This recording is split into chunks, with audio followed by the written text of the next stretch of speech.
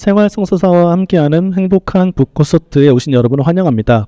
저는 오늘 김도현 신부님과 함께하는 AI 시대의 삶과 신앙 북콘서트의 진행을 맡은 생활성서사 단행본 편집부의 안광혁입니다. 반갑습니다.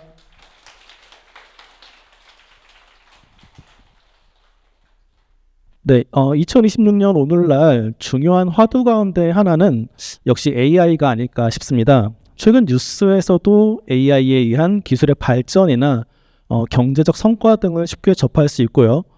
교회에서도 AI에 대해서 적극적으로 언급하고 있는 상황이죠.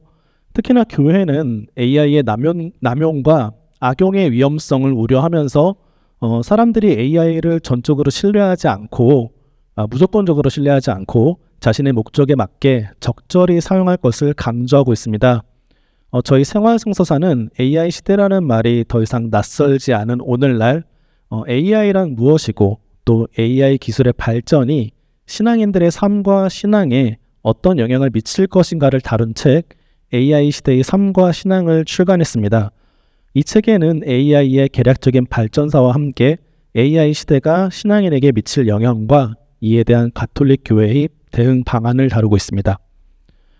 오늘 생활성서사의 행복한 북콘서트는 바로 이 책의 저자이신 김도현 바오로 신부님과 함께합니다.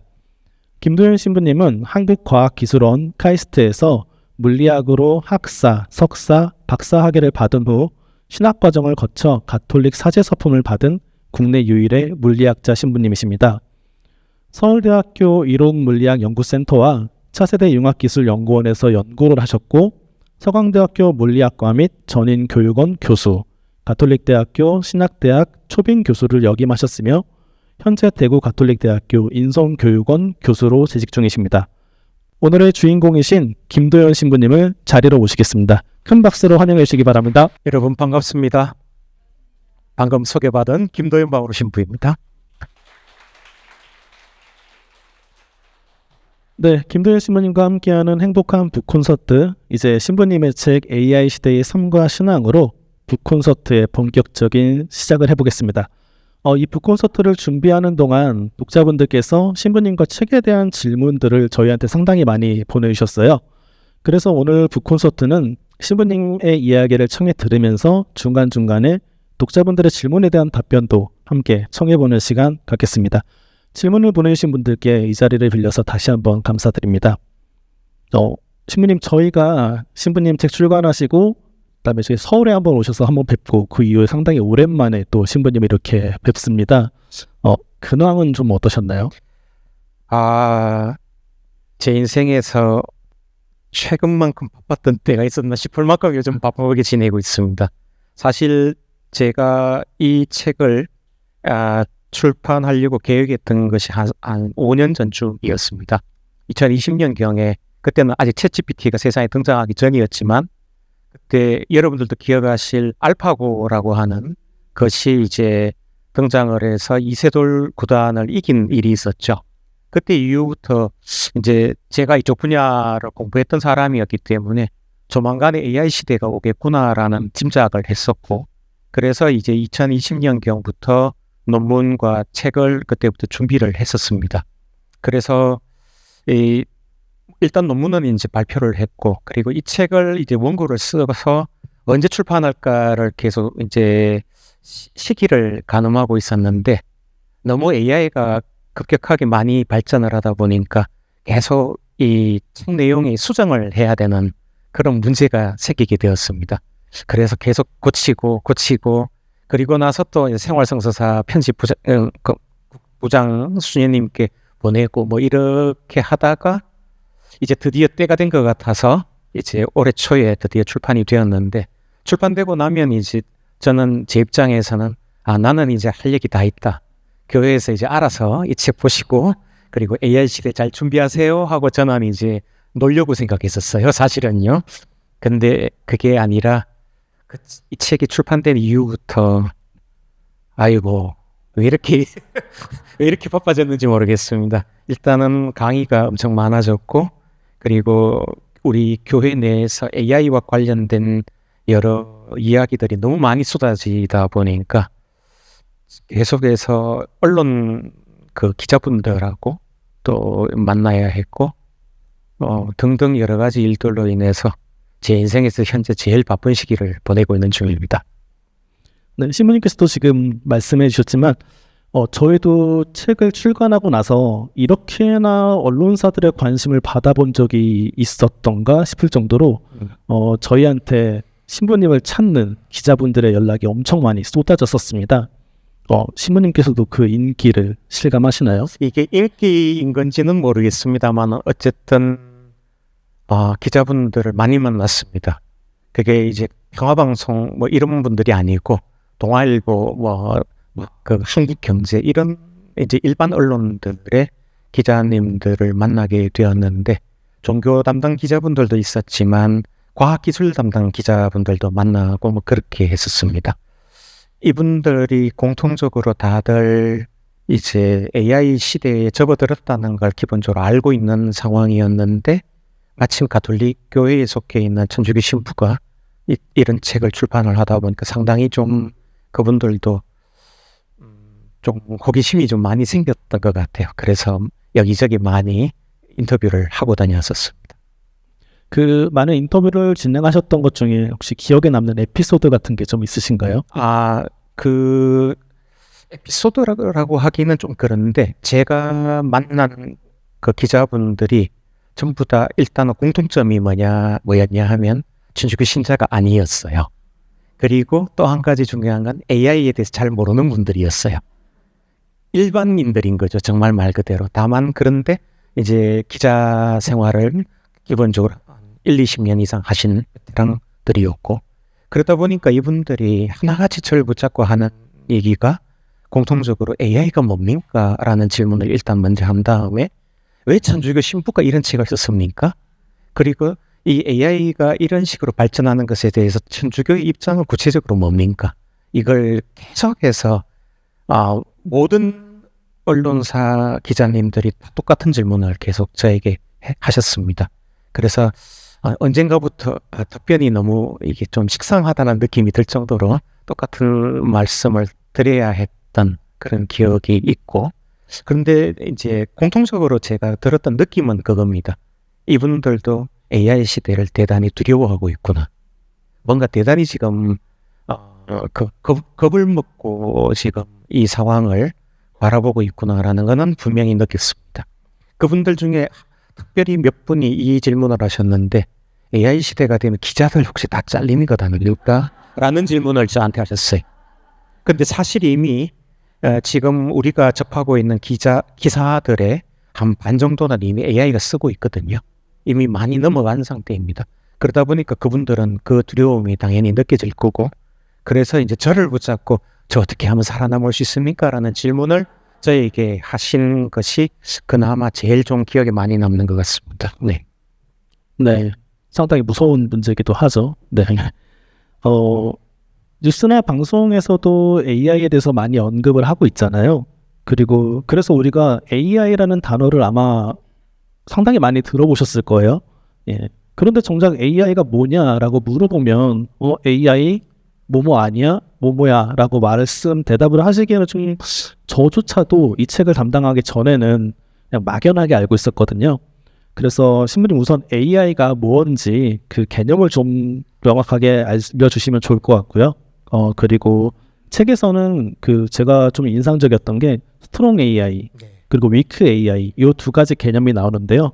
이에 대한 설명도 좀 같이 부탁드리겠습니다. 예. 당연히 AI에 대한 정의를 명확하게 하는 것이 오늘 이 북콘서트 자리에서 제일 중요한 거라고 저는 생각합니다. 그래서 그 부분에 대해서 조금 설명을 드려보겠습니다. 인간이라는 존재는 언제부터였는지는 모르겠지만 이 지구상에 탄생한 이래로 자기를 닮은 무언가를 만들고 싶어 했던 것 같아요. 그러다 보니까 어린 아이들이 가지고 노는 장난감을 보면 대부분 다 이 인간 모양을 취한 인형 또는 장난감을 갖고 놀죠. 그죠? 머리 하나에 팔 2개, 다리 2개, 몸통 하나. 보통 그렇게 생긴 걸 가지고 놀고 그걸 품에 안고 자기도 하고 그렇게 삽니다. 그렇게 이 생존해 온 인간이어서 그런지는 모르겠는데 계속적으로 인간이라는 존재는 자기를 닮은 무언가를 자꾸 창조하고 싶어 하는 욕구가 있었나 봅니다. 그런데 20세기 초에 이제 몇몇 과학자들에 의해서 인간의 두뇌를 거의 비슷하게 흉내낼 수 있는 인공두뇌를 만들어보자라는 아이디어가 나왔습니다. AI, Artificial Intelligence라고 하는 말은 그냥 간단하게 말하면은 인공두뇌입니다. 인간의 두뇌와 유사하게 작동하는 인공두뇌. 이 인공두뇌를 이제 처음에 제안한 사람들은 바로 미국 시카고에서 교수로 근무하고 있던 2명의 학자들이었는데요. 이분들이 그때 논문을 통해서 어떤 아이디어를 냈는가 하면은 인간의 두뇌를 의학 전공자들이 열심히 연구를 해서 보니까 이 인간 두뇌 또는 동물의 두뇌에 뇌세포라는 것이 있다는 걸 일단 알았고요. 그 뇌세포를 영어로 뉴런이라 그러거든요. 뉴런. 근데 이 뉴런들이 작동하는 걸 보니까 전기가 왔다 갔다 하면서 얘들이 흥분되고 그다음 깔아앉고 흥분되고 깔아앉고 하면서 얘들이 작동한다라는 걸 확인을 했어요.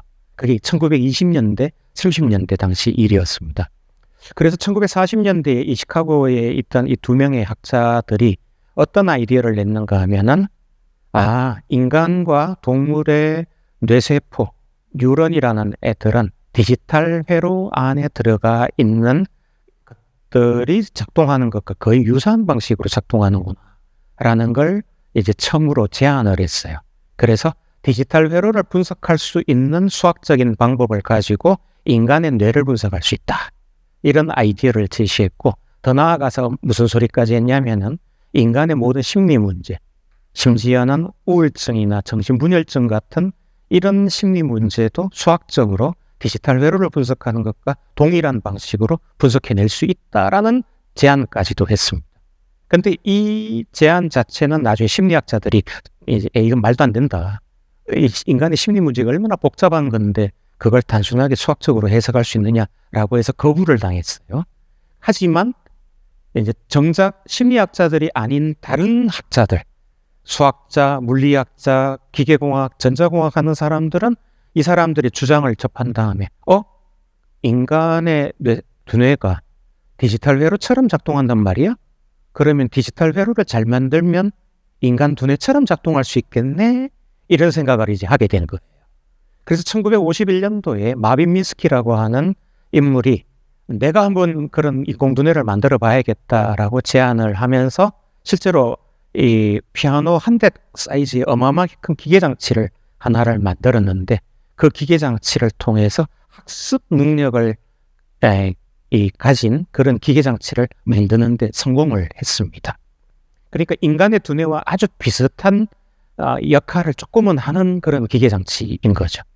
그리고 난 다음에 이제 이 사람이 친구들에게 야 봐라, 인공두뇌라는 게 실제로 만들어질 수 있어. 잘 만들면은 학습을 시키면은 얘가 배울 수가 있고, 그리고 얘한테 뭔가를 가르치면 좀 더 나은 답변을 얘가 주는 그런 기계를 만들 수가 있어 라고 제안을 합니다. 그래서 1956년도에 마빈 미스키와 친구들이 미국의 다스머스 대학이라고 하는 곳에 모여서 이제 학회를 열고 거기에서 Artificial Intelligence라고 하는 용어를 만들어냅니다. 인공지능. 그래서 인공지능의 정의는 뭐냐 하면, 정의에 따르면은 이제 학습 능력을 갖춘 인공기계, 이렇게 정의를 합니다. 이게 AI입니다. 이 AI가 이제 공식적으로 세상에 발표가 된 것이 지금부터 70년 전, 바로 요맘때입니다. 그래서 지금 올해 다스머스 대학에서 70주년 기념 행사가 대대적으로 열릴 예정으로 있고요. 이 70년 사이에 많은 사람들이 이제 인공두뇌를 만들려고 시도를 했습니다. 온갖 방식을 다 동원해 봤습니다. 그래서 어떤 사람들은 이제 디지털 회로를 이렇게 만들어서 이렇게 해보자. 저 사람들은 저렇게 만들어서 저렇게 해보자. 온갖 종류의 아이디어들이 나왔는데 실제로는 AI가 지금과 같은 방식으로 이제 확정되어서 개발이 된 것은 1980년대 이후부터입니다.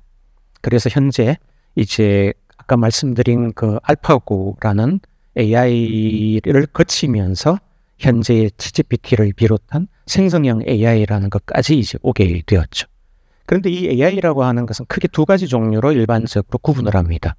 하나는 weak AI라고 부르는 것인데 약한 AI, 약 인공지능. 이건 일반적으로 우리가 쓰는 지금 우리가 알고 있는 그 AI이고요. 강 인공지능, strong AI라고 부르는 것도 있습니다. 이건 아직 세상에 출현한 적은 없는데 인간 수준의 AI, 인간의 모든 지적 능력을 그대로 발휘할 수 있는 그런 AI를 strong AI라고 부릅니다. 요즘은 이 weak, strong이라는 용어를 안 쓰고 요즘은 그냥 AI 그리고 일반 인공지능 또는 그냥 AGI라는 용어로 이제는 대체해서 쓰기는 합니다만 그래도 개념적으로는 weak AI, strong AI 이렇게 구분을 지어서 쓰고 있는 중입니다. AI 그러니까 지금 인공지능은 인간의 두뇌를 흉내낸 말 그대로 흉내낸 것이죠. 예, 흉내낸 프로그램이다. 컴퓨터 혹은 프로그램이다 정도로 이해할 수 있을 것 같습니다. 그리고 스트롱 AI가 AI하고 위크 AI에 대한 개념도 지금 설명을 해주셨는데요. AI 하면은 일단은 가장 먼저 떠오르는 거는 시모님께서도 말씀해 주셨고 아마 기억하시는 분들 많을 겁니다. 알파고 기억나시죠? 알파고가 처음 등장했을 때 정말 충격을 받았던 기억이 있고요. 그리고 최근에는 이제 스마트폰 어플리케이션 같은 걸 보더라도 카카오톡 메신저에도 보니까 챗GPT 서비스가 어느 정도 실에 들어가 있더라고요. 근데 이런 어시스턴트 사례를 제외하고 우리 생활에서 AI가 어떻게 활용되고 있는 것들이 있을까요?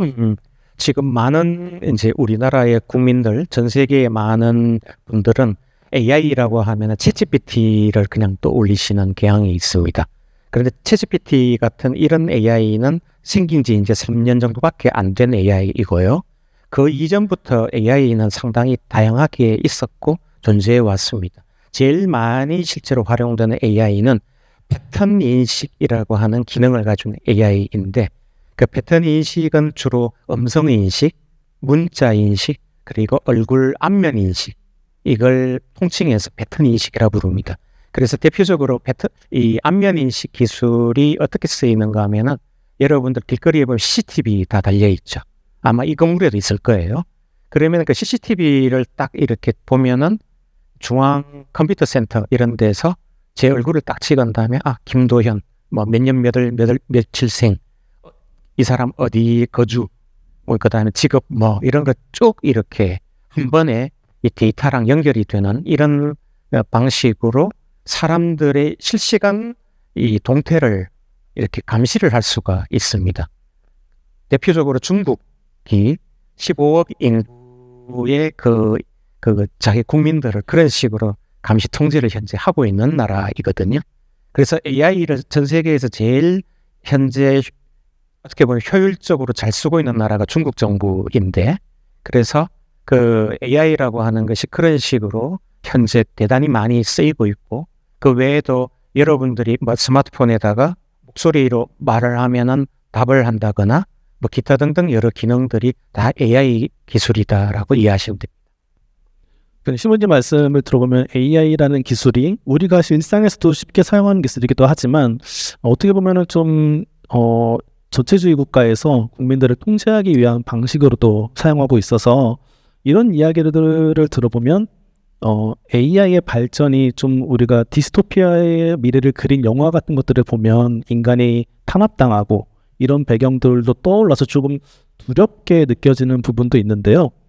반면에 AI의 순기능도 있을 것 같아요. 아까 그 기자분들이 말씀하셨던 것처럼 일이 줄어든다라든지 이걸 뭐 순기능이나 역기능으로 보는 건 좀 더 깊게 들어가 봐야 되겠지만 근데 사전에 이런 질문을 주신 분이 계셨어요. 정자동 성당의 조은옥님께서 보내주신 질문인데요. 여기 계신가요? 네. 네. 질문은 이거였습니다. 앞으로 사제들의 할 일도 줄어들까요? 사실 요즘 요 질문 정말 많이 받습니다. 근데 분명히 말씀드리는데 이 가톨릭 교회의 사제가 드리는 모든 성사들 우리가 칠성사라고 부르죠. 칠성사라고 부르는 7가지 성사는 주교와 사제와 부제만이 할 수가 있게 되어 있습니다. 규정이 그렇게 되어 있습니다. 그래서 인간만이 할 수 있고 아무리 AI가 똑똑하고 뭐 스트롱 AI가 나온다고 해도 스트롱 AI가 집전하는 미사나 고해성사나 이런 것은 성사로서의 효력이 없습니다. 그래서 참으로 다행히도 신부님들은 앞으로도 묵고 사는데 지장이 없으십니다. 근데 이제 다만 본당에서 AI가 활용될 가능성은 충분히 있습니다. 예를 들면은 지금 본당의 사무장님들께서 지금 회계 업무를 하시잖아요. 이거 조만간에 AI로 넘어갈 가능성이 있습니다. 그리고 이제 조금 있다가 제가 휴머노이드 로봇을 조금 설명을 드리려고 하는데, 휴머노이드 로봇이 만일 본당에 들어오게 되면 본당의 관리인 역할도 할 수 있고 식복사 자매님 역할도 할 수 있고 뭐 그런 다양한 일들도 할 수가 있습니다.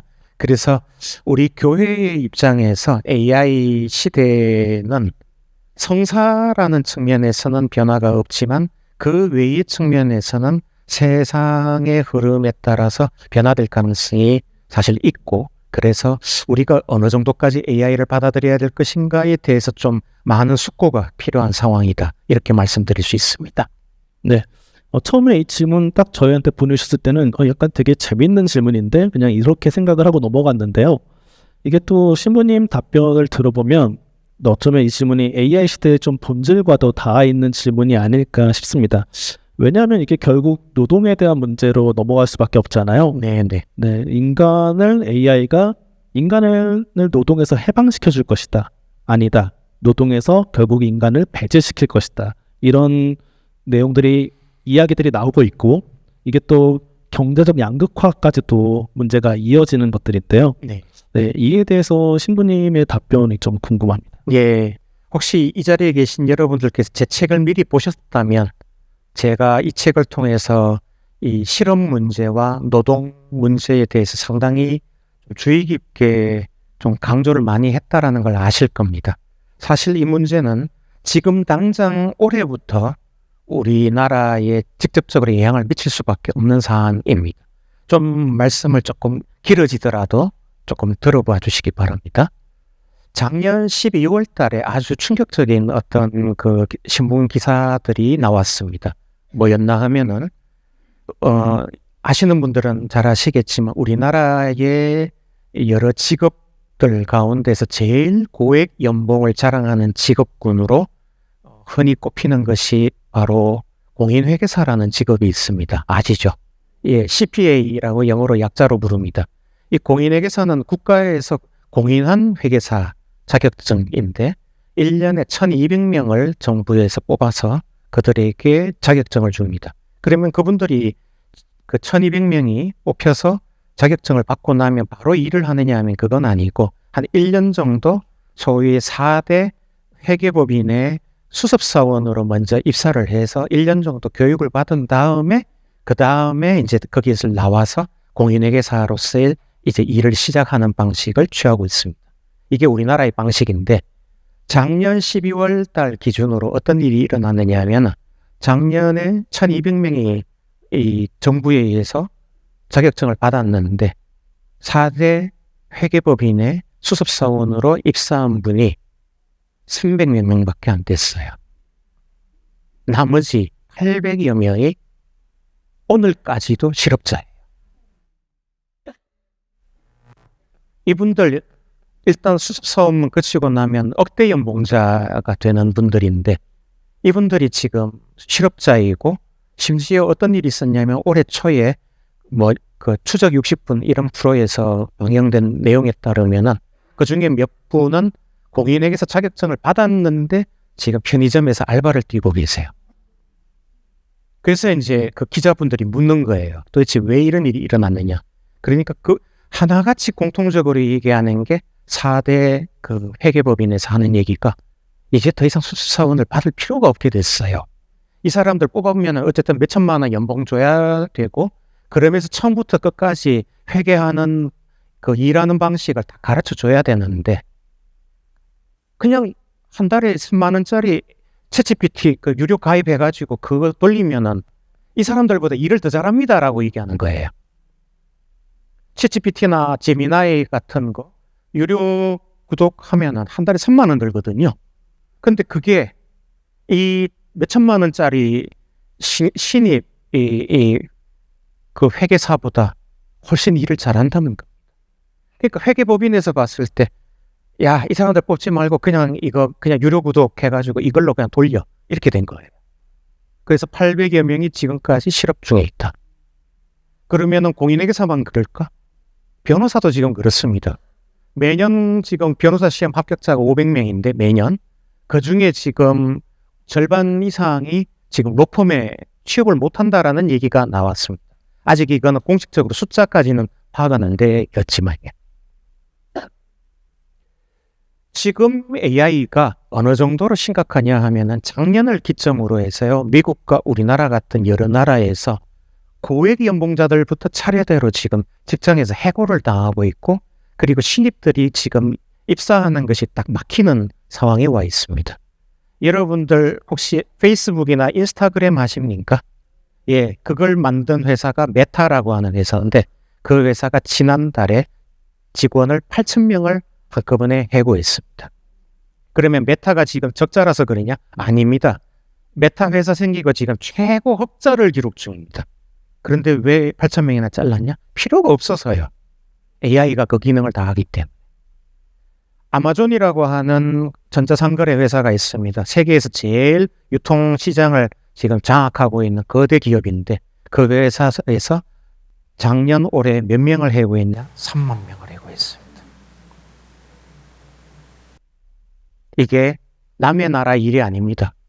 우리나라에 곧 닥칠 일이고, 판교에 있는 우리나라 회사들, 그리고 저기 IT 기업들, 그리고 그 외에 뭐 지금 상당히 많은 직종군에서 지금 실업 사태, 그리고 이 신입 그 신규 그 채용이 사실상 막히는 그런 상태에 와 있습니다.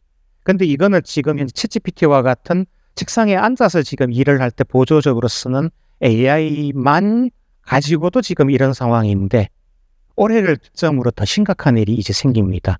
그게 바로 뭔가 하면 휴머노이드 로봇이라고 하는 애가 이제 올해부터 미국의 일반 가정에 보급이 되거든요. 여러분들이 돈을 주면 돈 주고 살 수 있는 걸어다니는 로봇이 이제 판매가 돼요. 그 로봇 한번 구경 좀 해보시겠습니까? 미리 일부러 동영상을 조금 그래서 준비해 왔는데, 이 동영상 한번 봐주시기 바랍니다. 자, 저 로봇은 피겨 AI라는 회사에서 만든 피겨라는 로봇입니다. 저 로봇이 지금 움직이는 걸 보시면 인간하고 비슷하게 움직이죠. 쟤는 배터리가 8시간 이제 까지 쓸 수가 있게 돼 있어요. 8시간 되고 나면 자기가 알아서 배터리 충전하러 가고, 그리고 다른 로봇이 와서 이제 일을 하는 식으로 지금 작동을 했습니다. 그래서 지금 이거는 이제 테스트 차원에서 피겨 AI 회사에서 우리 뭐랄까, 쿠팡이나 아니면은 다른 물류 그 회사에서 하는 것과 같은 방식으로 택배 분류 작업을 시켜봤는데, 200시간 동안 장고장 전혀 없이 얘들이 2교대, 3교대 근무를 하면서 일을 할 수 있다는 걸 직접적으로 실시간으로 보여준 예입니다. 이게 지난달에 있었던 일이에요. 이 로봇이 이제 올해 하반기에 일반 가정에 판매가 됩니다. 이거 한 대 얼마 할까요? 한번 맞춰보십시오. 신상훈 선생님, 얼마 할까요? 1억, 옆에 2억. 너무 많이 잡으셨어요. 정확한 가격이 3만 달러. 지금 우리나라 환율로 4,500만 원입니다. 그러면 한번 생각해 보세요. 이거 한 대 사면은 인건비 다 완전히 뽑을 수 있겠죠. 사람이 만약에 10명이 일을 한다. 그러면 사람 한 명이 2교대, 3교대를 할 때에 그 사람들에게 연봉 다 주고, 추석, 설, 상여금 주고, 4대 보험 다 들여주고, 그거 해야 되는 거를 싹 다 안 줘도 되고, 저거 사서 전기 충전만 시켜주면은 365일, 뭐 24시간 365일 10년 넘게 이 택배 회사를 돌릴 수가 있는 겁니다. 사실은 제가 이 책을 쓰면서 제일 좀 답답했던 게 휴머노이드 로봇에 대해서 동영상을 이 책 안에 집어넣을 수가 없어서 말로 그냥 이렇게 휴머노이드 로봇에 의해서 인간의 노동 문제가 심각해질 거다라는 걸 그냥 쓰다 보니까 많은 분들이 이 부분의 심각성을 좀 놓치시는 경향이 있어서 이렇게 동영상을 일부러 보여드린 건데요. 이걸 이제 보시니까 좀 피부에 많이 와닿으시죠? 이 로봇이 그러면은 택배를 유먼할까요? 다 할 수 있습니다. 인간이 할 수 있는 건 거의 다 한다고 보시면 됩니다. 그러니까 그냥 서서 이렇게 단순 반복 작업하는 것 당연히 다 할 뿐만 아니라 그 외에 여러 가지 것들 다 할 수 있고 실제로 이 로봇이 각 가정에 보급이 되면 이제 뭐랄까 가사 도우미 역할도 다 해줍니다. 설거지, 빨래, 청소 싹 다 해주고 그리고 야 좀 이리 와봐. 우리 애가 지금 영어가 좀 못하니까 네가 영어 좀 가르쳐 하면 영어도 가르칠 수가 있고 기타 등등 다 할 수가 있는 많은 로봇이 이제 미국에서 각 가정에 이제 판매가 되는 겁니다. 여러분들이 원하시면 아마 내년 후년에 우리나라에도 판매가 될 건데 그럼 돈 주고 사서 쓰시면 돼요. 야 거기 밥해 밥할 겁니다. 된장찌개 끓일 겁니다. 설거지 할 겁니다. 어떻게 보면 대단히 살기 편해지는 세상이 옵니다만 아마도 이것으로 인해서 단 한 번도 상상해 본 적이 없는 여러 가지 일들이 일어날 것이고 그중에 제일 심각한 문제는 바로 노동시장이 어마어마하게 엉망이 될 거다라는 겁니다.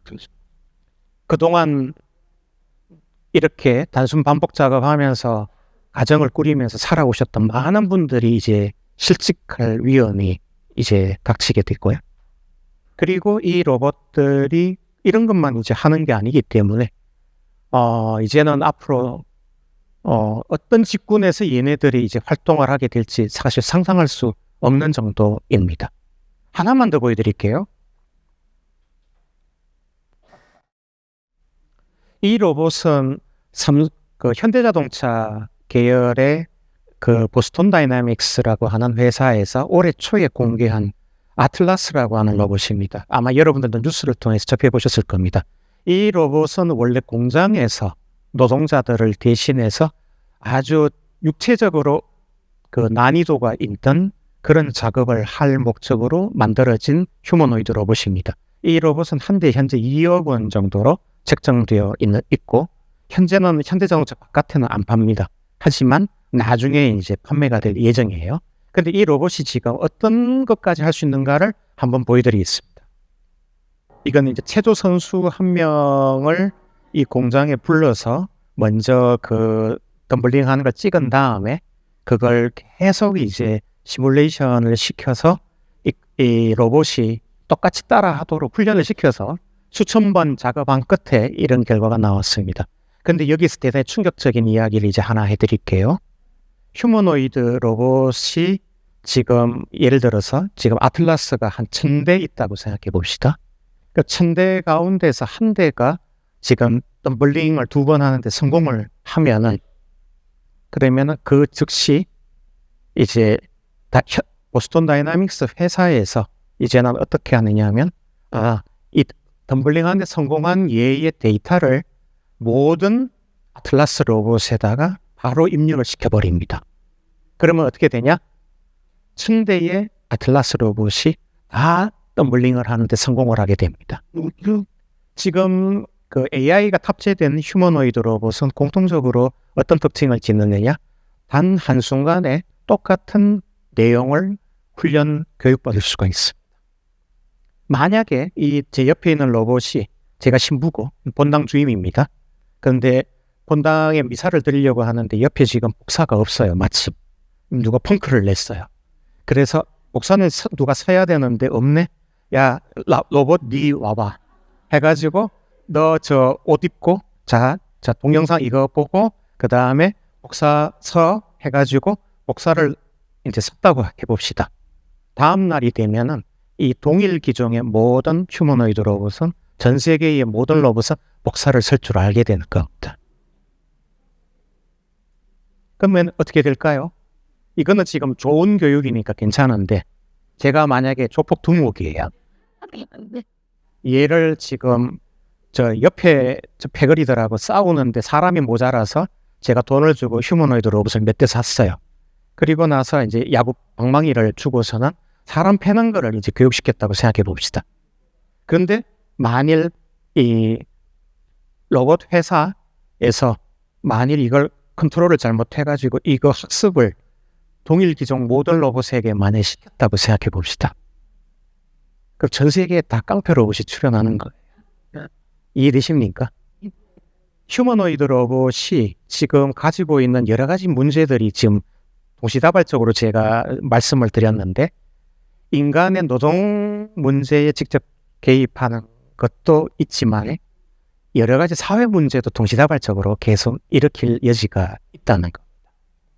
백덤블링 2번 하는 거는 그냥 뭐 우리 로봇이 덤블링도 하네 하면서 좋아하고 끝내면 되지만 얘들이 사람을 해치는 로봇이 만약에 출현한다. 그리고 그걸 학습을 동시다발적으로 했다. 그러면은 이 사회가 상당히 엉망이 될 가능성이 있는 겁니다. 그런데 지금 이런 문제에 대해서 지금 이 회사들은 알고 있어요.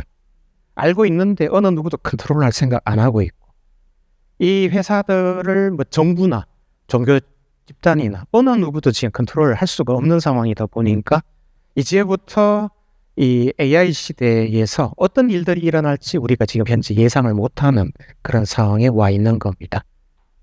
제가 이 책에서 써놓은 그 AI로 인해 생겨난 문제는 정말 일부이고 사실은 상상할 수 없는 다양한 일들이 일어날 거다라고 짐작하시면 거의 맞습니다. 그리고 SF 영화에서 여러분들께서 보셨던 뭐 디스토피아적인 뭐 미래에 관련된 여러 이야기들이 아마 어쩌면 5년쯤 뒤에는 실제로 우리 삶에서 일어날 수도 있다라는 점 말씀드립니다. 상당히 지금 상황이 좋지 못하다는 것. 그리고 그 중에 제일 심각한 건 노동 문제라는 것 말씀드립니다. 네, 저도 지금 영상을 보면서 좀 무섭다라는 생각까지 드는데요. 더블링은 저는 시도도 못 하겠거든요. 근데 이 한 번 성공한 게 동시에 그 프로그램을 통해서 모든 그 휴머노이드들이 할 수 있다라는 개념도 너무 무섭고요. 네. 좀 생각할 거리들이 분명히 많은 것 같아요. 근데 일단은 지금 당장 우리가 이 자리에서 함께 논의를 해보았으면 좋겠다라고 생각이 드는 건 책에서도 아까 말씀해 주셨던 것처럼 AI로부터 발생할 심각한 문제들 중에서 노동 문제가 가장 심각하다라고 말씀해 주셨는데 그러면 이거를 그래 심각한 건 알겠어. 그럼 그 다음 저희는 어떻게 준비를 하고 어떤 과정으로 극복을 할 수 있는지도 좀 알려주시면 좋을 것 같습니다. 사실은 여기에 대해서는 저도 정확한 답변을 갖고 있다고 말씀드릴 수는 없습니다. 왜냐하면 지금 우리가 살고 있는 이 시대가 자본주의 세상이고 이 지금 휴머노이드 로봇이나 이 생성형 AI를 만들어서 보급하는 회사들은 세계에서 제일 부유한 그 회사들이에요. 그러니까 지금 여러분들 잘 아시는 일론 머스크가 세계 제일 부자잖아요. 근데 그 사람이 지금 테슬라라는 회사를 통해서 AI와 휴머노이드 로봇을 지금 공급을 지금 하려고 하고 있고 그리고 그 외에 메타, 뭐 아마존, 그 다음에 뭐 그 구글 세계에서 제일 돈 많은 회사들이에요.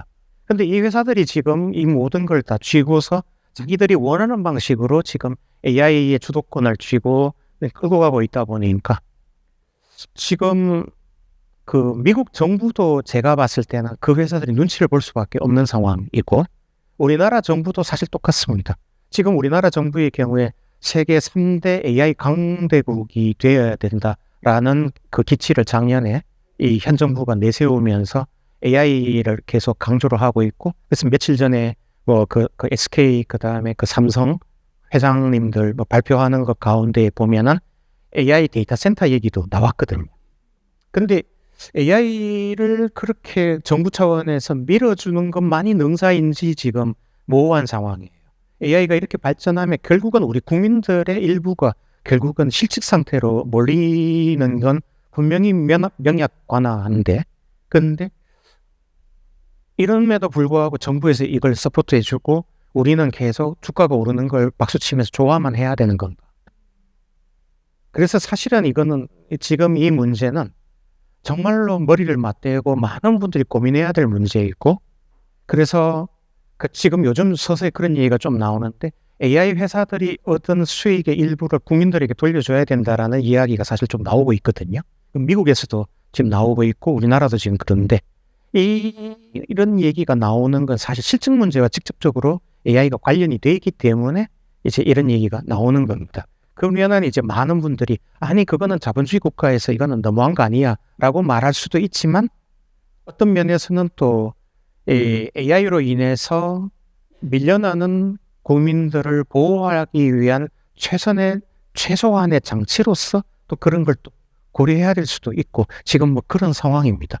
지금 모르긴 몰라도 앞으로 향후 한 2, 3년, 4, 5년 사이에 전 세계의 소위 그 AI와 직간접적으로 좀 관련이 많은 한 10개 정도 국가들은 이제 이 국민들에게 어떻게 이 뭐랄까 이 기본 그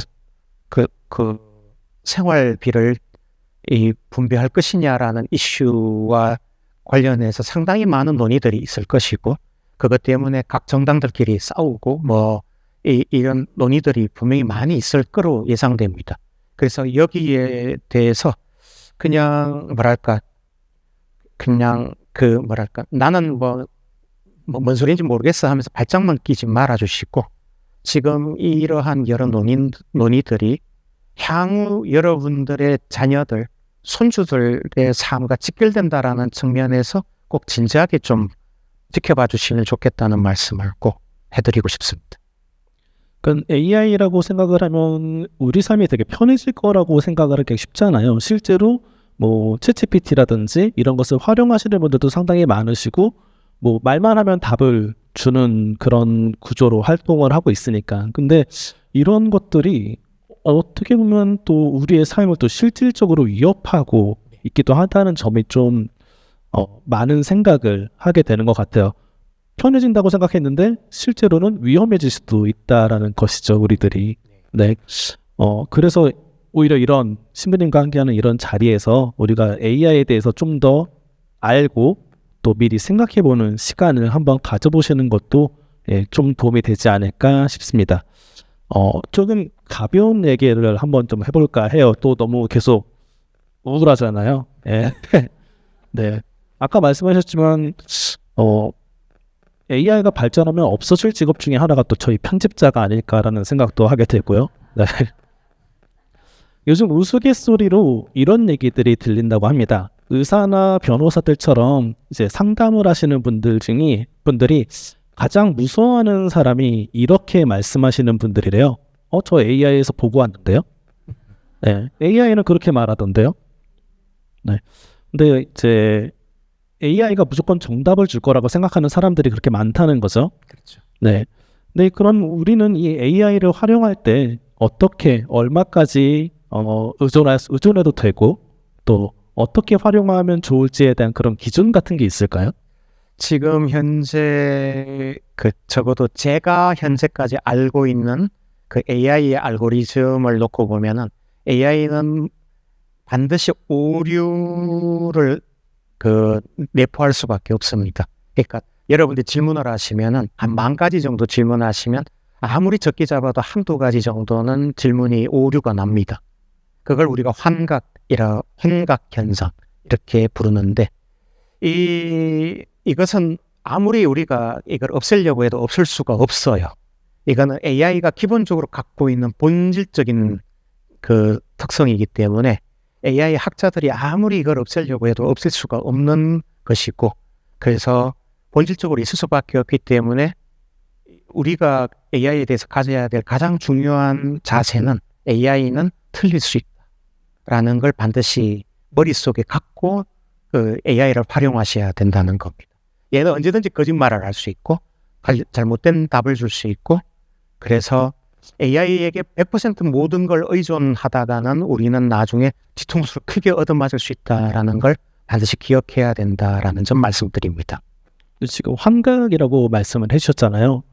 근데 지금 들어보면 AI는 뭔가 우리가 물어보면 답을 주려고 한단 말이에요. 근데 그게 틀린 답일 수도 물론 있겠죠. 근데 환각은 그게 틀렸다는 문제를 넘어서서 거짓을 말한다라는 거잖아요. 네, 네. 근데 그 환각에 대해서 조금 더 설명을 해주실 수 있으실까요? 예, 그 AI가 기본적으로 작동을 어떻게 하는가를 좀 아실 필요가 있는데 어떤 질문, 예를 들면은 예를 들면 이렇게 하죠. 제가 지금 대구에 사니까 내가 대구로 지금 갈 수 있는 제일 빠른 그 경로가 뭐야? 뭐 이렇게 질문을 하면은 얘는 이제 기차 또는 그 자동차 그 다음에 고속버스 등등의 모든 그 있을 수 있는 교통수단을 싹 다 동원해 가지고 제가 제일 빨리 대구에 도착할 수 있는 이 방법을 알려줄 거예요. 실제로 제가 그걸 많이 쓰거든요. 그런 식으로 제가 질문을 많이 던지는데 이런 류의 질문의 경우에는 웬만하면 안 틀립니다. 왜냐하면 이거는 이미 인터넷에 대부분 다 공개가 되어 있는 어떤 답변을 그냥 끌고 와서 자기가 그냥 쭉 연결해 가지고 답변을 하기 때문에 이 경우는 별로 그렇게 오류의 가능성이 크게 없는데 이게 예를 들면 가치관의 문제라든가 특히 우리 같으면 신앙의 문제 이런 걸 만약에 질문을 한다고 하면은 얘는 자기가 학습한 여러 가지 것들 가운데서 그냥 이 사람이 들으면 좋아할 만한 것들을 석석석석 끌어가지고 확률적으로 제일 그럴듯한 답변을 그냥 딱 주는 식으로 답변을 해요. 그러다 보니까 지금 이 사람이 예를 들면 이제 지금 크게 마음의 상처를 안고 있는 종교교 신자라고 해봅시다. 그런데 이분은 이런 마음의 상처를 우리 하느님의 관점에서 봤을 때는 이분이 더 성숙해지기 위해서 이런 상태를 조금 더 숙고하면서 몇 년을 더 감당해야지 이분이 더 영적으로 성숙해질 수 있다고 해서 하느님은 가만히 계신 상태라고 생각해 봅시다. 근데 우리가 이제 답답해서 AI에게 물어봅니다. 나 지금 이런 상태인데 나 어떻게 해야 돼? 그러면 AI는 그냥 무조건적으로 그냥 위로를 주고 너 뭐 성당 안 다녀도 돼라는 말까지도 할 수도 있어요. 그 어차피 기도해봐야 안 들어줄 거 뭐 이러면서 그러면서 오히려 뭐랄까 뭐 심리 상담가에게 찾아봐라 아니면 저기 점집 좋은 데 있는데 뭐 거기 가봐라라고 답변을 할 수도 있는 거예요. 왜냐하면 그럴듯하게 이 사람이 솔깃하게 생각하는 것들을 몇 가지 답을 끌고 가지고 그냥 줄 거기 때문에 그러면 그게 과연 옳은 답이냐? 아니잖아요. 예. 사실 신앙의 문제에 있어서는 AI를 활용하면 안 된다라는 그 단적인 예가 지금 이런 거거든요. 그래서 여러분들께서 AI를 활용하실 때에 지금 많은 이제 유튜버들이 AI에 대해서 원래 전공한 적도 없던 많은 유튜버들이 요즘 AI는 뭐 요렇게 써야 되고 요렇게 안 쓰면 망한다는 둥 자꾸 그런 식으로 뭐 유튜브 동영상들이 자꾸 떠오르고 있는데 그런 분들 말 듣지 마세요. AI는 지금 현재는 가장 그냥 뭐랄까 직접적으로 지금 필요한 것들 예를 들면 대구로 가는 티켓 어떻게 끊을 수 있어? 이런 거 물을 때에 쓰시고요. 정말 심리적으로 문제가 있거나 답답하거나 하소연하고자 할 때는 AI가 아닌 사람을 만나야 됩니다. 그러니까 AI는 철저하게 도구로 쓰셔야 돼요. 그렇지 않고 사람의 역할을 AI에게 주면서 네가 나에게 위로를 줘라고 시작해버리면 그때부터 우리는 빠져나올 수가 없고 엄청나게 이상한 답변을 이제 받으면서 오히려 우리의 신앙이 망가질 염려가 있다는 점 분명히 말씀드립니다.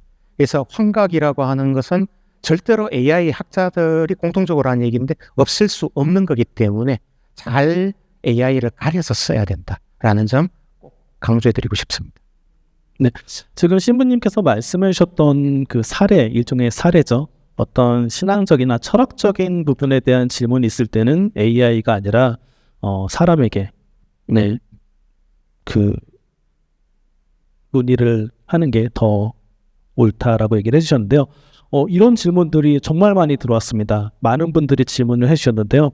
그러면 AI 시대 신앙은 어떻게 될까요, 신부님? 예, 정말 중요한 질문이고 이 책을 쓰게 만든 질문도 바로 그 질문입니다. 저는 AI를 이제 거의 한 25년 넘게 공부를 한 사람이니까 한 30년 가까이 됩니다. 그 AI라고 하는 것의 알고리즘을 거의 그래도 알거든요, 저는. 그런데 그렇기 때문에 저는 처음부터 이거는 도구일 수밖에 없다라는 걸 알고서 이 AI를 접해와서 사실은 신앙적인 질문을 저는 애초에 하지도 않고 있고, 신앙적인 만약 이슈가 있으면 같이 사는 신부님들 붙잡고 질문을 하는 식으로 지금까지 살고 있는 중입니다.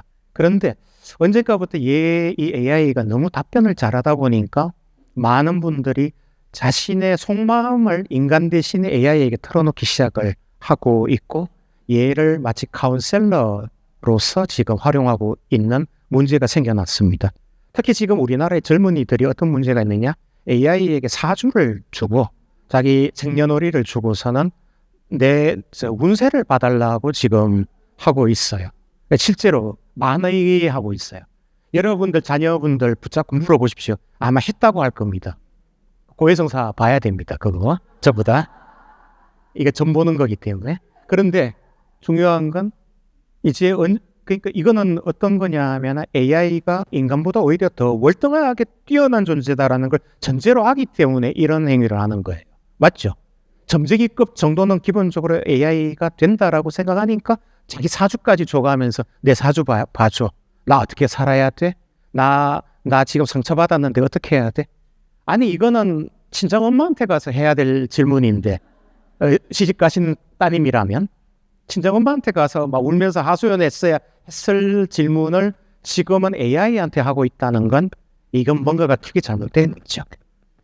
그리고 이게 조금만 더 나아가면 어디까지 되느냐? 하느님을 붙들고 몇 년간 기도해야 될 것을 AI에게 한 번 질문하고 얘가 그냥 답변 주는 거를 가지고 살려고 한다는 문제가 생기는 겁니다. 지금 우리나라의 많은 천주교 신자분들, 개신교 신자분들, 불교 신자분들이 지금 AI를 일종의 메시아 또는 일단 영적인 구름 같은 존재로 여기기 시작하고 있습니다. 실제 그렇습니다. 지금 신부님들, 어제도 제가 서울교구 신부님들 몇 분을 만날 일이 있었는데 그분들이 공통적으로 하는 얘기가 그거예요. 작년 올해 들어와서 천주교 신자분들이 자기에게 상담하러 오질 않는다는 거예요. AI에게 그냥 물어보고 지나가거든요. 신앙 상담을 예전에는 그래도 한 달에 10몇 건은 기본적으로 신부님들이 다 했고, 저 같은 경우는 대학에 있기 때문에 진로 상담이라든가 성적 관련돼서 상담을 정기적으로 저는 해왔거든요. 작년부터 안 와요. 학생들도 안 오고 신자분들도 안 와요. 왜? AI에게 물어보고 끝내거든요. 이 태도가 우리의 신앙에도 직접적인 영향을 지금 미치고 있는 중입니다. 신부한테 물어봐야 되고 수녀님들께 수녀님들께 질문을 하면서 기도 부탁을 해야 되는 사안을 갖고 있는 분들이 AI에게 그걸 다 떠넘기고 더 이상 신부와 수녀님들을 찾질 않는다는 것. 이건 뭔가가 크게 잘못된 겁니다. 이렇게 되면은 이제 더 심각해지면 어떻게 되느냐? 하느님 자리에 AI를 두는 일이 생기게 되는 겁니다. 2000년 전에 유대인들이 예수님을 만났을 때 엄청나게 그들은 행복했을 겁니다. 자기들이 그동안 갖고 있었던 삶의 여러 문제들을 이분이 사람으로 나타나셔서 질문할 때마다 답변 다 해주시고 내가 아픈 거 다 치료해 주시고 마귀 들린 사람 쫓아내 주시고 얼마나 그분들 속이 시원하고 좋았겠습니까? 물론 그럼에도 불구하고 예수님을 못 박아 죽이는데 천성을 했지만요. 근데 지금 우리들은 어떠냐? 예수님에게 질문해야 될 거를 지금 AI에게 질문하고 있고 거기에서 답변 받은 거 가지고 살려고 하는 거예요. 지금 AI가 메시아의 자리에 지금 오르기 시작했습니다. 이 상황 대단히 지금 좋지 않은 상황으로 흘러가고 있고, 그래서 교황님께서 바로 5월 25일 날 새로운 회칙을 발표하신 이유도 거기에 있는 겁니다. 표면적으로는 인간존엄성 수호라는 타이틀을 가지고 고귀한 인류라는 회칙을 쓰셨고 노동 문제라든가 기타 등등을 쓰셨지만 실제로 거기에서 제일 본질적인 건 뭐냐면 인간의 신앙 문제가 지금 AI에 의해서 엉망이 되고 있는 그것이 제일 지금 심각한 문제이고, 그걸 지적하기 위해서 회칙이 나왔다, 이렇게 이해하시면 되겠습니다. 지금 AI 시대의 우리의 신앙은 인류 역사상 가장 지금 엉망으로 갈 가능성이 많은 상황에 있습니다. 그래서 이 자리에 계신 여러분들이라도 기존의 신앙을 절대로 놓으시면 안 됩니다. 여러분들이 매일마다 묵주기도를 하루에 5단, 10단 바치셨던 분들은 아무리 AI가 아니라 AI 할아버지가 나오더라도 5단, 10단을 기존에 바치시던 대로 바쳐주시고, 성체조배 하시던 분들은 계속해서 성체조배 평소에 하시던 대로 해주시고, 매일 미사 다니시는 분들은 매일마다 성체를 받아 모시기 위해서 여전히 앞으로도 계속해서 꾸준히 그렇게 살아주시기를 바랍니다. 그렇지 않으면 이 세상은 정말 신앙의 본질이 훼손될 수 있는 아주 좀 심각한 상황에 갈 수가 있다는 점 말씀드립니다. 네, 신부님 말씀 들어보니까 그런 성경에서 그런 내용을 봤던 게 기억나요. 바오로 사도였나요? 그 거짓 예언자들에 대해서 얘기를 하잖아요. 근데 거짓 예언자들이 하는 얘기를 들어보면 그들이 듣고 싶은 것에 대한 얘기를 그대로 해준다라는 거죠. 근데 생각해보면 AI가 그렇지 않나요? 우리가 물어보면 그게 바로 얘기를 해준단 말이에요. 근데 문제는 그게 틀릴 수도 있고, 네. 그리고 문제는 그런 과정 중에서 우리가 경험하지 못한다라는 거죠. 답을 아는 건 좋지만 그 답을 아는 과정을 우리가 직접 체험하고 그래야지 온전히 그 답이 내 것이 되는데, 그런 기회가 오히려 AI로 인해서 기술의 발달으로 인해서 좀 제한되는 게 아닌가라는 생각을 한번 해봤습니다. 저희가 지금부터는 이 현장에 오신 분들의 질문을 한번 들어보고 그에 대한 답변을 신부님께 청해보는 시간을 갖고자 합니다. 신부님께 궁금하신 점 있으시거나 AI에 관해서나 혹은 신부님께 질문이 있으신 분 손 들어주시면 저희 스태프들이 무선 마이크를 전달해 드리겠습니다. 네, 안녕하세요. 저기 아까 그 피규어 AI 회사에서 저 로봇 잘 만든데요. 지금 미국부터 하반기에 AI가 피지컬 AI가 출시가 되면 내가 실내만 있는 건지 아니면 실외도 돌아다니는 건지 조금 약간 변두리 질문이긴 한데 궁금해요. 그래서 보통 AI들은 좀 작거든요. 150에서 160cm 정도 되는데 타이탄 같은 애들은 꽤 커요. 제가 영상 본 것 중에서 상당히 위협적일 것 같은데 지금 AI 허가를 내준 게 밖에도 돌아다니면서 감시 활동을 하는 건지 아니면 실내에서만 뭐 공장이건 집이건 그렇게 활동하는지 그게 좀 궁금합니다. 실내에서만 아마 활동하는 걸로 되어 있을 겁니다. 현재는. 방금 말씀하신 그 문제는 사실은 미국 정부에서 법률을 어떻게 정했는지는 모르겠는데 우리나라는 현재 어떻게 되어 있냐면요. 만약에 휴머노이드 로봇이 들어와도 길거리에 못 다니게 되어 있다고 그래요. 뭐 그렇게 되어 있는데 그것도 사실은 로비하면 얼마든지 뭐 법률이 바뀔 수 있는 거니까 사실은 믿을 수는 없지만, 근데 미국은 어떤지 지금 정확하게는 모르겠지만 일단은 실내에서 작업하는 걸로 그렇게 저는 알고 있습니다. 네. 저 로봇의 키가 이제 다양한데요. 피규어 AI는 키가 한 160, 뭐 100에서 170 정도일 거고, 그리고 아까 보셨던 아틀라스는 180 정도 됩니다. 키가. 그래서 웬만한 냉장고 하나를 들 수 있을 정도의 힘을 갖고 있습니다. 그러니까 뭐 어마어마하죠. 그러니까 이런 애들이 만약에 길거리 밖에 나와서 만에 하나 뭘 잘못하면 큰일 날 수 있죠. 그래서 법적으로는 아마 규제를 할 텐데 뭐 밤중에 뭐 조폭 집단에서 그걸 끌고 나와가지고 뭘 한다면은 그거 막을 수 있을까? 결국은 이게 사회 문제가 될 수밖에 없다라는 점 말씀드립니다. 예. 네. 기술의 발전과 분명히 어떤 사회적으로 우리 인간이 보호를 받아야 되는 부분도 같이 논의가 되어야 될 것 같습니다. 네. 그리고 혹시 다른 질문 있을 분 계실까요? 저 뒤에 한번 마이크 부탁드리겠습니다. 예, 신부님 강의 너무 잘 들었습니다. 저도 물리학을 좀 어릴 때 관심도 있었고 신부님이 좀 되게 그런 부분에서 엘리트 코스를 밟아오신 것 같아서 되게 강의가 궁금했었는데 너무 좋은 강의 감사하고요.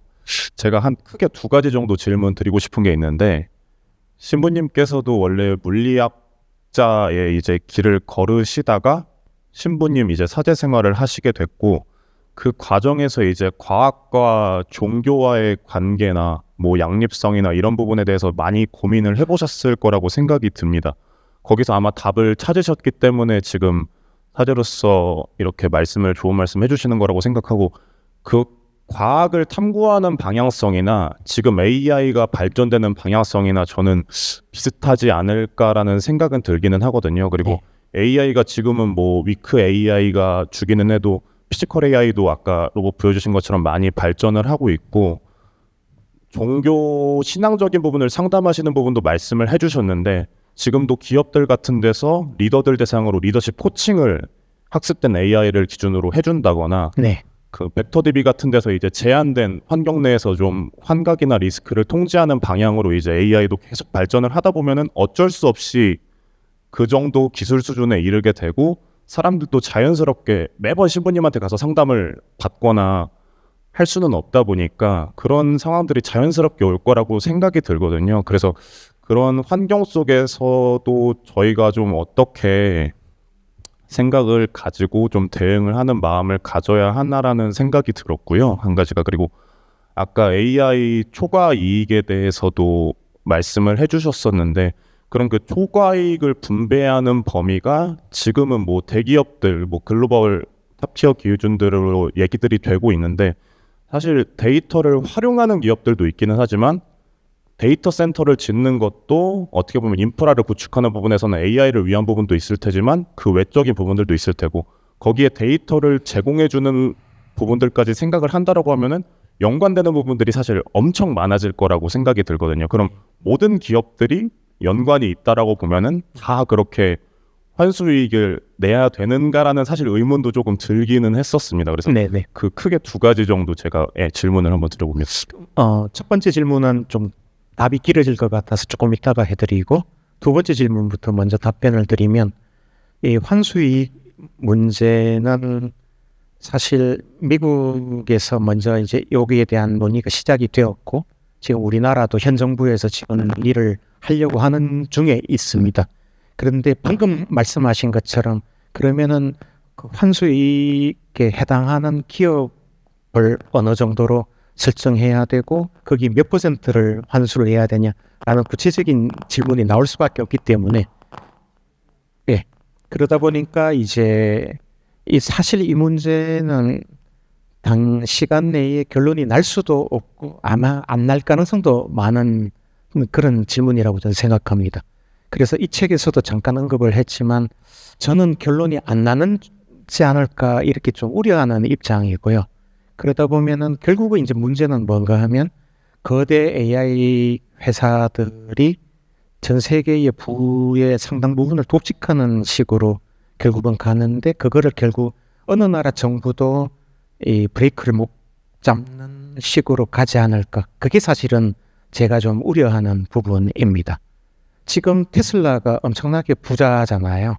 그런데 지금은 전기자동차만 갖고도 이 정도로 부자가 되었는데, 이제 제가 아직 안 보여드렸지만 그 테슬라도 자체적인 휴머노이드 로봇을 지금 만들었고 조만간에 공개 예정이고 내년부터 또 일반 가정에 보급할 예정이에요.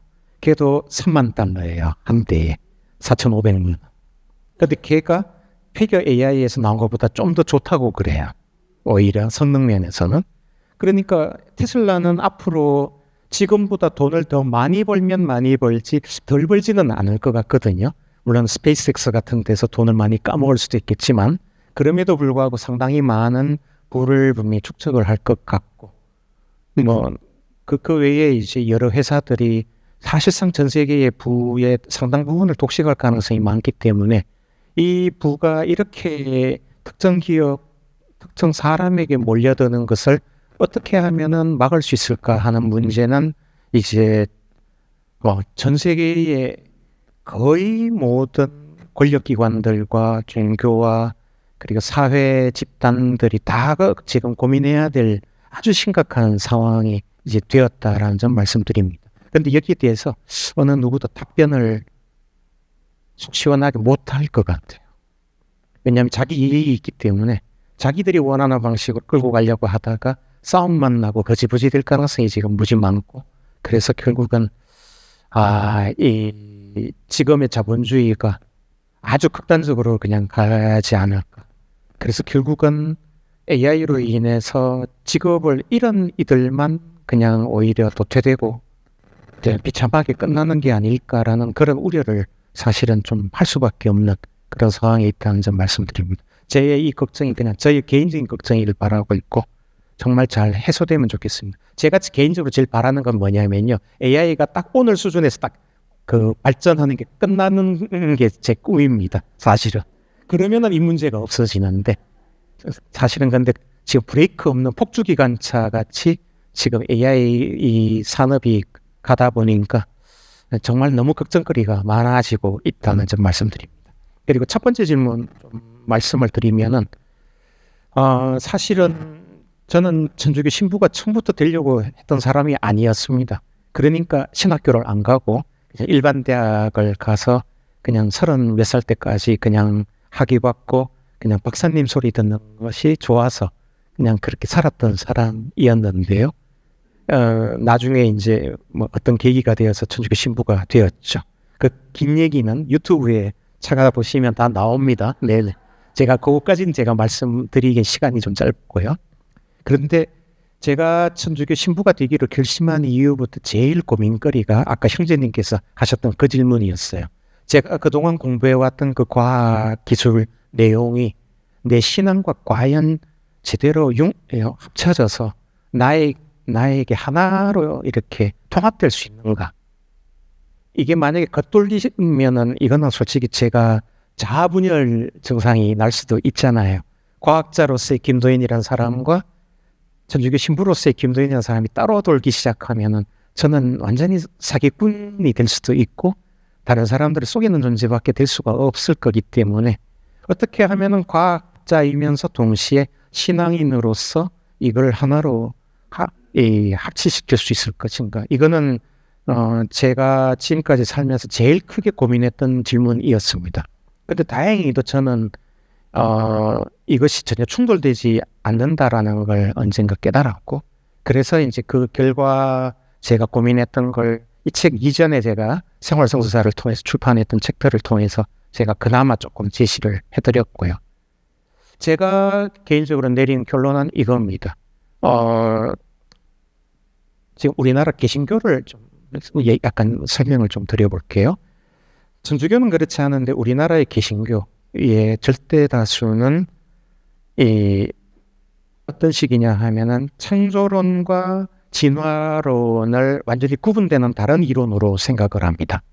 그러면서 이제 진화론이라고 하는 것은 사탄의 학문이고 창세기의 내용을 전면적으로 부정하는 가짜학문으로 여깁니다. 그러다 보니까 진화론을 추종하거나 아니면 진화론의 내용이 맞다라고 긍정하는 과학자들이 이 개신교 교회에서는 설 자리가 없어지게 되고, 실제로 뭐 서울대의 모 교수 같은 경우는 자기가 원래 있던 개신교 교단에서 쫓겨났습니다. 원래 집사인데 그 교단에 쫓겨나서 자신이 다른 분들과 함께 개척교회를 만들어야 했을 정도로 거기에서는 아직까지도 이 진화론, 창조론 논쟁도 있고 이 신앙이라고 하는 것과 과학이라고 하는 것을 완전히 딱 이렇게 구분짓는 방식을 취합니다. 이렇게 된 이유는 뭔가 하면요. 이 하느님이라는 분이 세상 만물을 만드시고 세상 만물을 통치하는 방식이 성경 안에 고스란히 다 기록되어 있다라고 우리는 믿는데, 성경이라고 하는 책의 성격 규정을 개신교가 좀 잘못했기 때문이라고 저는 봅니다. 창세기의 내용을 예를 들어 보면은 창세기의 내용은 사실 뭔가 하면 누가 이 세상 만물을 창조했는가라는 질문에 대해서 답을 하기 위해서입니다. 하느님이라는 분이 어떻게 세상을 창조하셨는가에 대해서 답하려고 쓴 책이 아니에요. 이거는 who라는 질문에 대해서 답을 하기 위해서 쓴 책이지 how라는 질문에 대해서 답을 하기 위해서 쓴 책이 아니라는 겁니다. 누가 세상 만물을 창조하신 세상 만물의 주인인가? 거기에 대해서 답변하기 위해서 창세기가 쓰여졌고 정답은 하느님인데, 근데 그 내용을 쓰려고 하다 보니까 당시 창세기 저자는 당시에 근동지방에서 이제 떠돌고 있던 여러 설화 같은 것을 기반으로 해서 그 얘기를 썼겠죠. 당시 그 사람이 과학기술 뭐 지식이 없었을 테니까. 그러니까 하느님이 6일 만에 이렇게 창조했다라는 걸 당시 사람들이 알고 있는 방식대로 썼을 거예요. 그러니까 이 책의 기본적인 목적이 뭐냐면 하느님이 어떻게 세상을 창조하셨는가를 쓰려고 한 책이 아니라는 거예요. 과학에 관한 책이 아니에요. 성경은 기본적으로 과학책이 아닙니다. 그래서 후라고 하는 질문에 대해서 답변을 하기 위해서 이 책이 쓰여진 건데, 이 개신교가 언젠가부터 가톨릭으로부터 떨어져 나가면서 이제 우리가 중요하게 여기는 성사라고 하는 걸 싹 버렸어요. 그리고 나서 그들이 내세울 수 있는 근거는 성경책밖에 없는 거죠. 그러니까 성서 제일주의 뭐 이렇게 성서 우선주의 뭐라고 부르든 간에 성경에 나와 있는 모든 걸 글자 그대로 다 믿어야 된다라는 강박에 이 사람들은 사로잡히기 시작합니다. 그러면서 이제 창세기에 나오는 모든 내용은 다 글자 그대로 믿어야 되는 것이고, 그러니까 이 여호와 하나님께서는 이 세상을 어떻게 창조하셨느냐? 창세기에 나오는 방식대로 창조하셨다라고 그들은 믿게 된 거예요. 그러니까 이 책은 후뿐만 아니라 하우라는 질문에 대해서도 답변을 한 책이다라고 그들은 믿고 있고, 그러다 보니까 과학 내용이랑 충돌이 나는 내용인 걸 뻔히 알면서도 그걸 믿으면서 오히려 과학을 배척하는 길을 지금 택해서 현재까지 오고 있는 중입니다. 제가 개인적으로 잘 아는 서울대 모 교수님은 생명과학 전공자인데 모 교회의 안수 집사이세요. 근데 이분이 전공이 진화론이에요. 학생들에게 진화를 가르치는 분이에요. 진화론을 가르칠 목적으로 서울대에 채용이 된 분이요. 그런데 학교에서는 진화론을 가르치고 그쪽 교회 가서는 이제 안수 집사로서 활동을 하는데 주일만 되면 미치겠다는 거예요. 저한테 그 얘기를 하더라고요.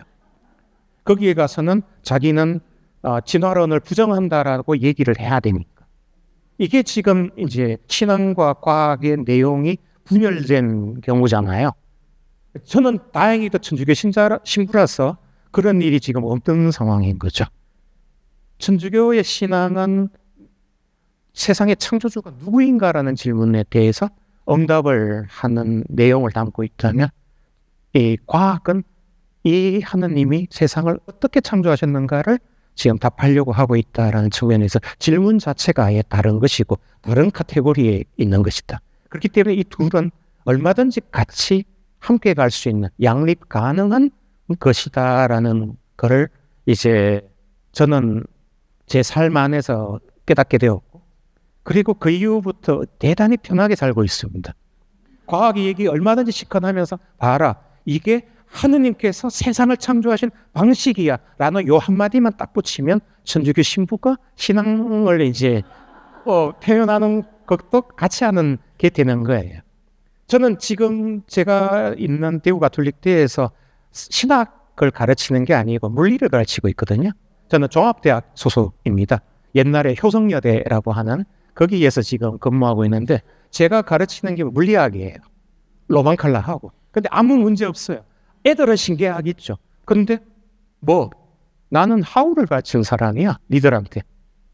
그리고 누군가가 어떻게 천주교 신부님이 물리를 가르칠 수 있습니까?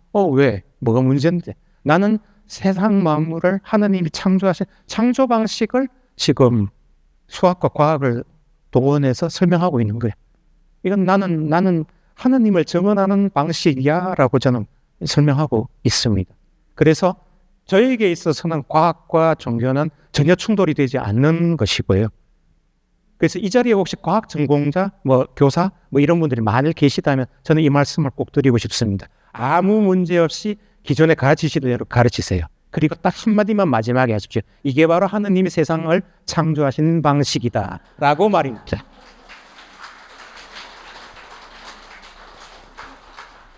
네, 저희가 보면 보통 어떤 딱 한 가지 기준으로 가지고 모든 것을 이해하려고 하는 경향들이 있는 것 같아요. 근데 지금 말씀하셨던 걸 들어보면 신앙의 관점으로 과학을 이해하려고 하지 말고 과학의 관점으로 신앙을 해석하려고 하지 말라라는 정도로 이해할 수 있을까요? 질문이 다르기 때문에 후와 하우를 섞어서 혼동해서 쓰면 안 된다라는 말씀을 전 드립니다. 하느님에 관해서 우리 가톨릭 교회는 이미 2000년의 역사에서 충분히 충만하게 설명을 해오고 있습니다. 그리고 이 내용은 오늘 우리가 기념하는 김대건 성인을 비롯한 수많은 분들이 죽음으로써 증언을 해주셨습니다. 이건 목숨을 걸고 지킬 만한 가치가 있는 것들입니다. 그렇기 때문에 교회가 지금까지 2000년간 선포해온 이 진리는 여러분들도 목숨을 걸고 선포하시면 됩니다. 그리고 이건 절대로 과학과 충돌되지 않습니다. AI가 아니고 AI 할아버지가 나타나더라도 이거는 여전히 유효하고 앞으로도 단 한 글자도 바뀔 것이 없습니다. 그렇기 때문에 우리의 신앙은 그대로 지금 지키시는 대로 지켜주십시오. 그리고 과학기술이 발전을 해서 뭔가가 일어나면 하느님이 이 세상을 이렇게 창조하셨구나. 근데 AI는 인간이 오버해서 너무 쓸데없이 많은 기능을 집어넣어서 만들었기 때문에 저건 좀 어떻게 해야 되겠다. 이 정도로 파악하시면 충분할 것 같습니다. 네, 시간이 벌써 이렇게 됐는데 마지막으로 딱 한 분만 더 저희 뒤에서 손 들으셨는데 제가 늦게 온 분이 계시거든요. 네, 안녕하세요. 저는 분당 야탑동성당 중학교 1학년 정민이라고 합니다. 아유, 종학생이. 아까 신부님께서 그 AI로 인한 그 노동 문제에 관해 말씀을 해주셨는데 대부분의 그 직업들이 AI로 대체되거나 한다면 학교의 그 공교육이 사라질 수 있나요?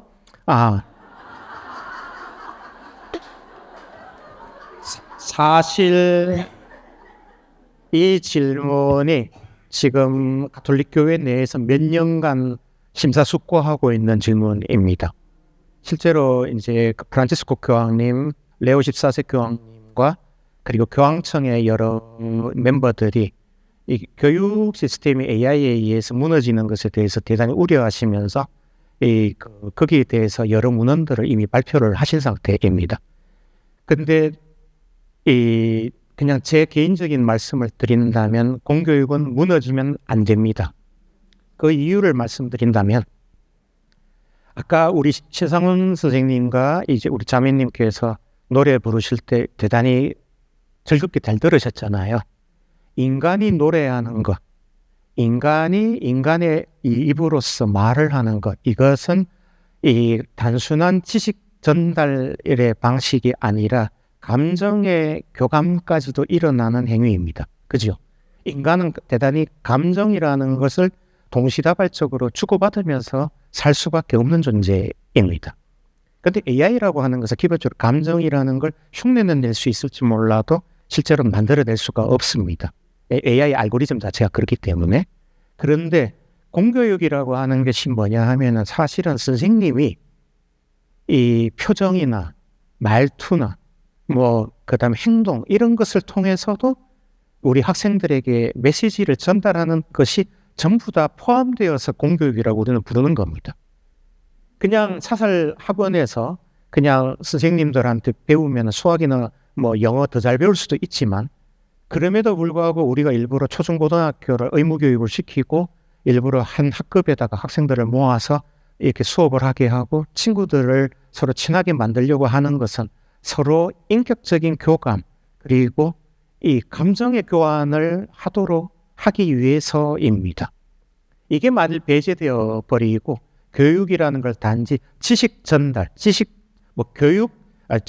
정보 전달이라는 측면으로만 들여다본다면 공교육은 없어져도 됩니다. AI가 그냥 다 해주면 됩니다. 그런데 그게 다가 아니거든요. 담임 선생님의 그 표정 하나, 말투 하나, 그리고 애들 한 명 한 명 쓰다듬어 줄 때 손길, 이 모든 것이 사실은 다 교육이고 이것을 통해서 우리는 하나의 인격체로서 온전한 존재로 성장해 나가는 것이기 때문에 아무리 AI 할아버지가 나타난다 하더라도 절대로 교사를 대체해서는 안 된다. 그래서 공교육은 반드시 있어야만 하고 오히려 더 강조되어야 된다라는 점을 저는 분명히 말씀드립니다. 특히나 앞으로 더 중요한 것은 음악, 미술, 체육 교육이 앞으로는 월등히 더 중요해져야 된다고 생각합니다.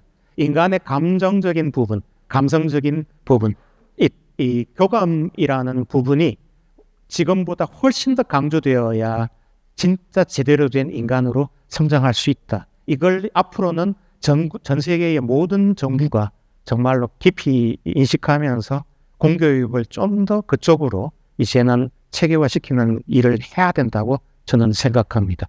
요즘 우리나라 드라마 가운데서 참교육이라는 드라마가 있더라고요. 저는 아직 다는 못 봤습니다. 몇 개 보고서 세상에 이런 드라마가 다 있네 뭐 이랬는데, 이 드라마가 나온 이유도 가만히 보면은 공교육이 무너졌기 때문에 사실은 이런 드라마가 나온 것 아니겠습니까? 담임 선생님과 학생들 사이에 제대로 된 인격적인 관계가 많이 맺어졌다면 이런 드라마는 생길 필요가 없었을 거예요. 앞으로는 우리나라의 모든 재정을 총동원하더라도 교실 안에서 제대로 된 이 인간적인 교감이 이루어질 수 있도록 그쪽 방향으로 교육이 이루어지는 데에 초점을 맞춰야 된다. 저는 그렇게 생각하고, 그래서 공교육은 있어야만 한다라는 말씀을 꼭 드리고 싶습니다.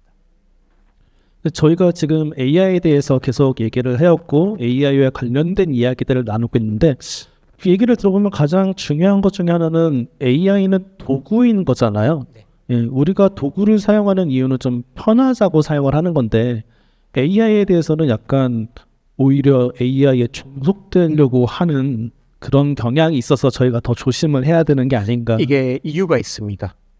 인간이 이 지구상에 출현한 이후에 많은 도구를 개발해 왔어요. 손도끼부터 시작을 해가지고. 근데 이 모든 것은 다 육체 노동을 조금 편하게 해볼 목적으로 만들어진 거예요.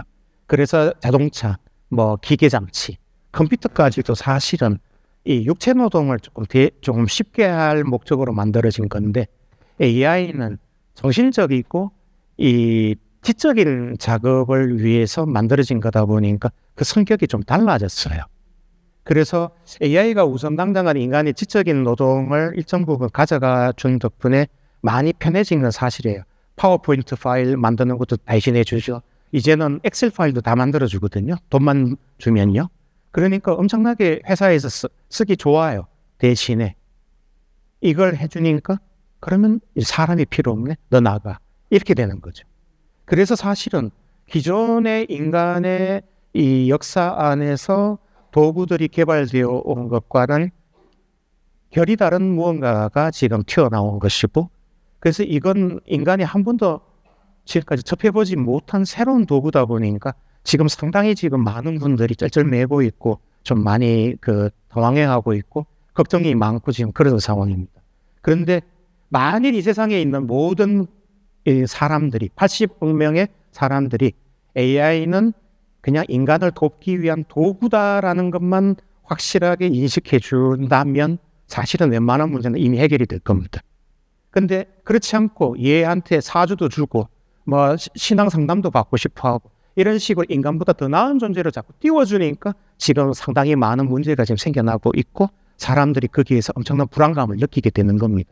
앞으로는 AI는 나보다 못한 그냥 산수 계산 좀 더 잘하고 그냥 컴퓨터 쓰는데 조금 더 도움이 되는 도구 정도로 그냥 여겨주시고 그냥 나보다는 월등히 못한 존재라고 여겨주십시오. 그렇게 되면은 어쩌면은 우리가 걱정하는 많은 문제는 이미 좀 해결이 상당 부분 될 수 있다. 이렇게 저는 말씀드리고 싶습니다. 네, 참 진행을 하면서도 오히려 신부님 말씀하신 걸 이렇게 옆에서 들으면 상당히 많은 궁금증이 해결이 되고, 또 AI를 바라볼 때 좀 어떠한 관점 내 안에서 가지고 있어야 되겠구나라는 생각을 하게 되는 것 같습니다. 저희가 이제 시간 관계상 신부님께 이제 마지막 질문을 좀 드려보고 싶은데요. 청계성당의 김순아님께서 질문을 주셨습니다. AI의 발전으로 새로운 종교가 만들어질 수 있을까요? 라는 질문을 주셨어요. 사실은 이미 만들어졌습니다. 이미 공식적으로 알려진 건 2가지 AI 교가 있고요. 그리고 사람들의 그 얘기에 따르면 몇 개가 더 있다는 얘기까지도 있습니다. 그 중에 하나는 확실하게 청시자까지도 이미 알려져 있습니다. AI 교가 2020년에 처음 출연을 했는데 그 종교의 청시자는 구글의 엔지니어입니다. 그 사람이 자기가 만든 AI를 신으로 만들어서 그리고 이 금송아지가 우리를 이집트에서 데려내온 우리의 신이다라고 말하는 것처럼 이 AI가 우리의 신이다라고 선포를 했습니다. 그래서 그 AI 교 신도들이 좀 된다고 합니다. 그럼 우리는 이제 웃겠죠. 아니, 왜 AI를 신으로 받들지? 근데 한번 생각해 보세요. 2000년 전에 유대인들이 예수님을 딱 만났을 때 예수님이 모든 질문에 대해서 답변을 권위 있게 다 해주셨어요. 1대1로. 이 사람이 저 어떻게 살아야 됩니까? 너는 논밭 팔고 나를 따라와. 저는 장례 치러야 되는데 장례 죽은 사람의 장례는 죽은 자에게 치르고 넌 나 따라와. 뭐 온갖 다 해주셨잖아요.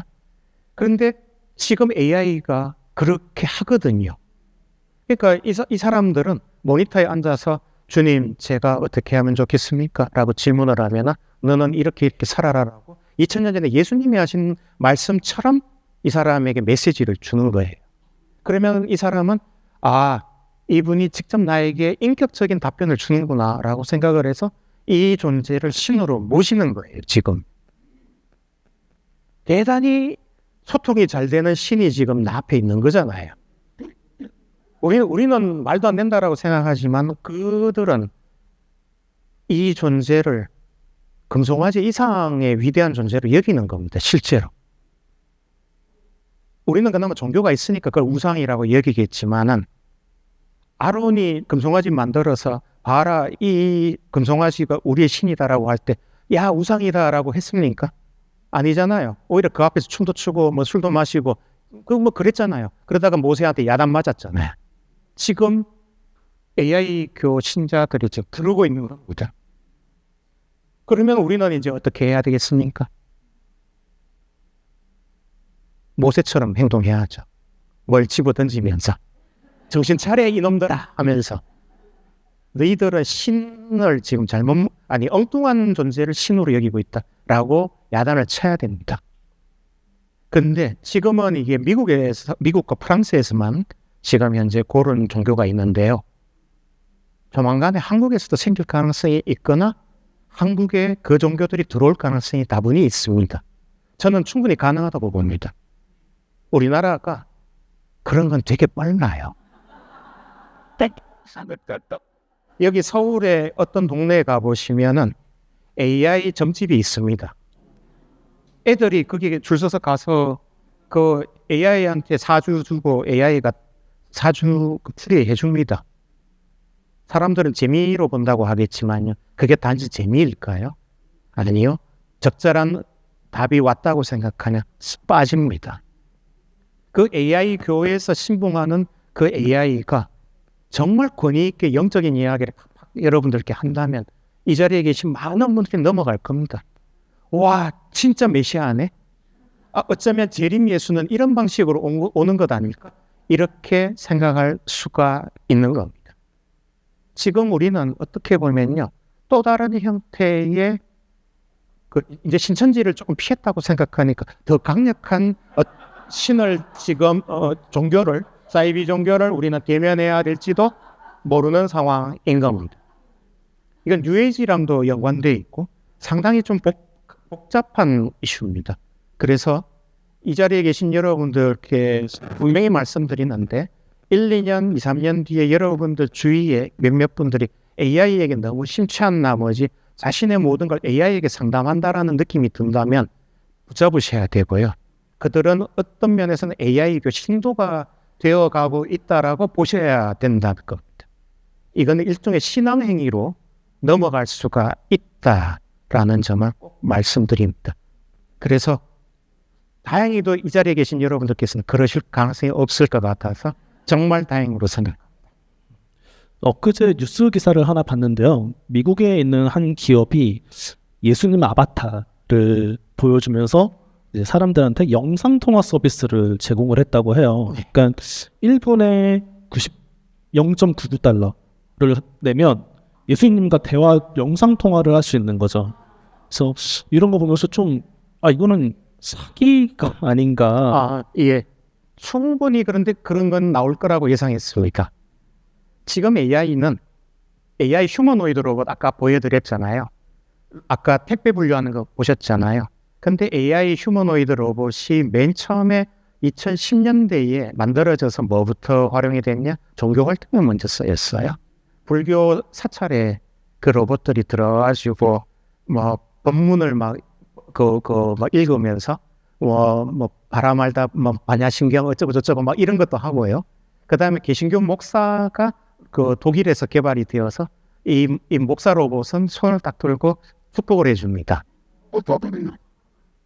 그런 식으로 이미 10년 전쯤부터 이미 그것은 활용이 되기 시작했습니다. 택배 분류는 최근의 일이고 그보다 한참 전에 이미 종교 로봇이 먼저 나왔습니다. AI 같은 애들은 얼마든지 종교화 될 수 있기 때문에 상당히 주의해야 된다는 점 말씀드립니다. 네. 저희한테 허락된 시간이 이제 거의 다 왔고요, 신부님. 오늘 와주신 그 관객분들께 신부님께서 마지막으로 꼭 해주고 싶으신 말씀과 그다음에 마지막 인사 한 말 부탁드리겠습니다. 꼭 마지막을 해드리고 싶은 말씀은 딱 한 가지입니다. 지금의 신앙을 잃지 말아 주십시오. 우리의 이 신앙은 김대건 성인의 피로 이 땅에 뿌려진 아주 고귀한 신앙입니다. 이 신앙은 정말 이 세상의 어떤 것과도 바꿀 수 없을 만큼 어쩌면 우리의 목숨까지도 내놓을 많은 가치가 있는 것입니다. 그렇기 때문에 AI가 아니라 그 무엇이 이 세상에 등장하더라도 그런 것에 현혹되지 마시고 이 신앙을 끝까지 지금 갖고 계신 그대로 가져가 주시기만 한다면 이 세상이 아무리 이상해지고 뭐 로봇들이 활개를 치고 이상한 짓이 일어나더라도 적어도 이 자리에 계신 여러분들의 삶은 굳건하게 지켜질 거라고 저는 말씀드립니다. 이상. 네.